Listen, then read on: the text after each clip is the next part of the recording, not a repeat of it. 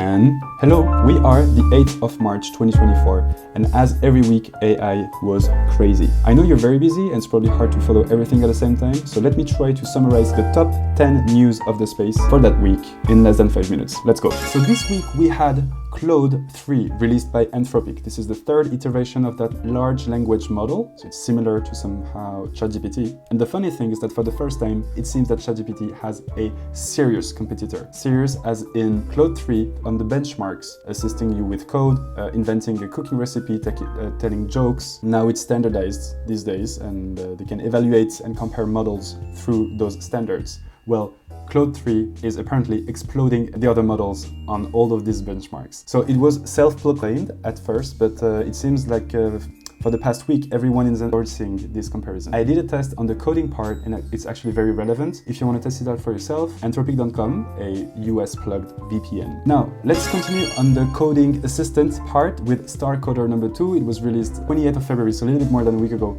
And the particularity of this thing is that this model can have a context window of 4 trillion tokens when we talk about your repository. So when you have your dev project, you put all your code somewhere. Well, this coding assistant can understand everything and can keep track of everything that's happening up to 4 trillion tokens in your repository. Basically, if you're wondering if this variable is correctly written or you're starting to write a function, well, it will complete the rest of the function knowing that it could match the rest of your code everywhere. It's not available yet in a product. It's an open source model that you can install locally or test on HuggingFace. Very quickly on MiniMax fundraise, I don't know much about this company. It's a Chinese startup that is meant to revolutionize the entertainment industry. So far, they released only one product that I cannot test it, and it enables you to chat with characters. But it's nothing more than some form of GPTs with personalities. So it's fun. And I still don't understand exactly why they raised 600 million. Their website is not accessible, but it's Alibaba behind, so you must trust the fact that these guys are going to play big, and we should keep an eye on MiniMax for the coming weeks. Another news from Alibaba and China was at the end of last week, the EMO release, EMO Portrait Alive. They released this video.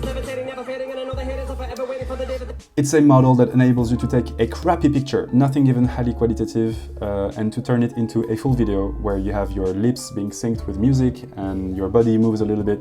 This is basically why it's going to flood TikTok for the next years, and creators are actually wondering what is left for them. It's just a research paper that has been released along a video here. So far, there is no tool that enables you to do this, but most likely very soon. And the funny thing is that they released this thing, and the day after, probably they had planned it, Pika Labs released this new update on their model. Pika Labs is also here to help you produce videos. Nobody heard about this release from Pika Labs because emote was all over the place. Very bad timing for the release. A lot of fuss this week about Elon Musk suing OpenAI. If you don't know that, Elon Musk was part of the OpenAI board when it was still a non-profit company back in 2015. As of today, he thinks that OpenAI, through artificial general intelligence, would be dangerous for humanity, and so that this company is putting humanity in danger at the profit of its investors instead of actually caring about humanity. And there is a lot of fuss because also Elon Musk had suggested in the past to include OpenAI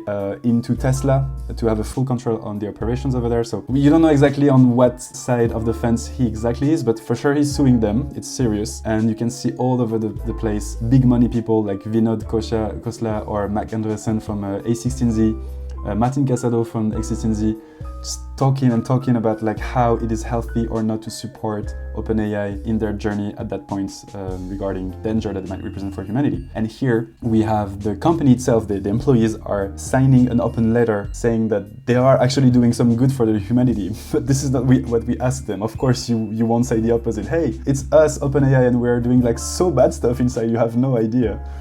So to be continued, but the Figure company has made a lot of noise as well, and here related to OpenAI as well. OpenAI has invested along Microsoft, Nvidia, Bezos Expeditions, Intel Capital in this company called Figure.